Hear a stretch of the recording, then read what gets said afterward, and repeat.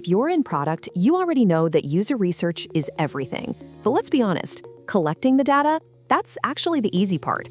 The real magic, the superpower that separates good PMs from great ones, is turning that mountain of raw notes into a single, powerful story that actually drives your product forward.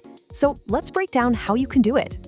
So, you did it. You put in the hard work. You talked to 10 different users. You listened intently.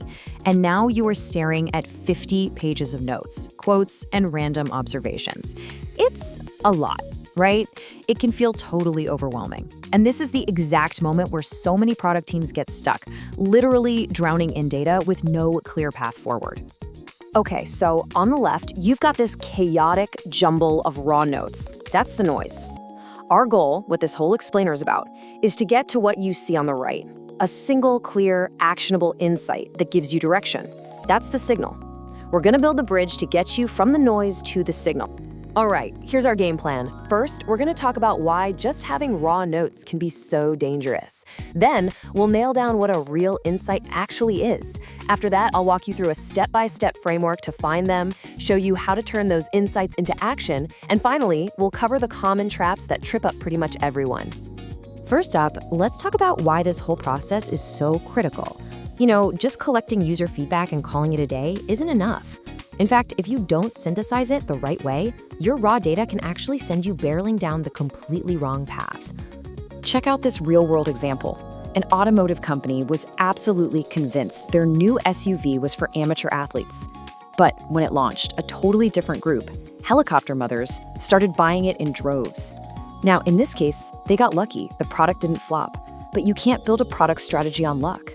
This just shows the massive gap that can exist between who you think your user is and who they actually are if you don't dig deeper to find out why. So, if our goal isn't just to summarize what users are telling us, what exactly are we searching for? This brings us to the absolute heart of the matter, defining what a true insight really is. Okay, this is so important. An insight is not just an observation. An observation is what a user does. An insight is the hidden motivation behind why they do it. Think of it as the invisible string that connects their behavior, the what, to their deeper, often unspoken goal, the why. Let's make this really concrete. So an observation might be, users are asking for a feature to export their data to a spreadsheet. The need they state is, I want to see all my data in one place. But the insight, the real gem, users feel out of control and need a sense of command over their finances to feel secure. Whoa, see that jump? We went from a simple feature request to a fundamental human emotion. That is where breakthrough products come from. Okay, understanding what an insight is one thing, but how do you actually find them every single time? You can't just hope for a lightning bolt of inspiration. You need a process. So let's walk through a repeatable framework you can use after every round of user research. Here it is, your 4-step plan. Step 1, immerse and document. Get everything, interview notes, support tickets, survey responses, all of it into one place. Step 2, cluster and theme. Just start grouping individual notes into bigger buckets based on what they're about. Don't analyze yet, just sort. Step 3, connect and hypothesize. This is where the magic happens. For each theme, you have to relentlessly ask why, until you form a hypothesis about the real motivation. And finally, step 4, synthesize and articulate. Boil that hypothesis down into a single, clear insight statement. Look, an insight is totally useless if it just sits on a PowerPoint slide. Its real power comes when you actually use it to make decisions. So let's talk about how to turn that powerful why you've just uncovered into the what's next for your product team. The best tool for this, hands down, is the user story. It's such a simple format, but it's incredibly powerful because it translates your insight into something an engineering team can actually build. The structure is everything. As a type of user, I want to do something so that I can get this benefit. See how it directly connects a feature to that user's motivation? It's perfect.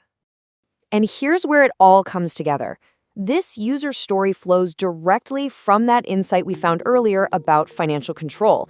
It clearly defines the user, a busy freelancer, their goal, seeing their weekly earnings at a glance, and ties it right back to that core motivation so they can feel in control. Now your team isn't just building a dashboard, they're building financial peace of mind. That's a huge difference. And it doesn't stop there. Strong insights are your secret weapon for prioritization. When you've got a dozen different ideas floating around, that core insight becomes your North Star. You can use frameworks like Moscow to ask which of these features must we build to deliver on that feeling of control? Which should we build? It brings so much clarity to your roadmap. All right, now that you have the framework and know how to apply it, we need to talk about the common mistakes that can derail this whole process. Honestly, just being aware that these traps exist is half the battle. First up, and this is probably the most common one, is the laundry list trap. This is when you just fill a presentation with a bunch of user quotes and call it research findings. You have to remember, your job isn't to be a stenographer, it's to be a detective. You have to connect the dots and tell your team what it all means. Never just dump raw data on them. Next up is the squeaky wheel trap. It is so tempting to react to your loudest, most passionate, maybe even your angriest users. But a few loud voices do not represent your entire user base. Your job is to look for the broad, quiet patterns that show up across many interviews, not just build your product based on who complains the most. And finally, the all-time classic trap, falling in love with your solution. This is what happens when you jump straight into brainstorming features before you really truly understood the user's problem. You have to anchor yourself in the why. A deep understanding of the problem is what sparks real innovation, not the other way around. So let's bring it all home. What are the key things to remember? First, your real mission is to find the why hidden behind the what. Second, a true insight is that connection between a user's behavior and their core motivation. Third, to find it consistently, use that 4-step framework: immerse, cluster, connect, and synthesize. And finally, make those insights matter by turning them into action with clear, compelling user stories. So I'll leave you with this question. Think about a product or a project you're working on right now. What's one user problem that you've just sort of taken for granted? Using what we've talked about today, how can you go back and look at it with fresh eyes? Because I guarantee you, there's a powerful insight hiding just beneath the surface. Thanks for watching. Subscribe and like.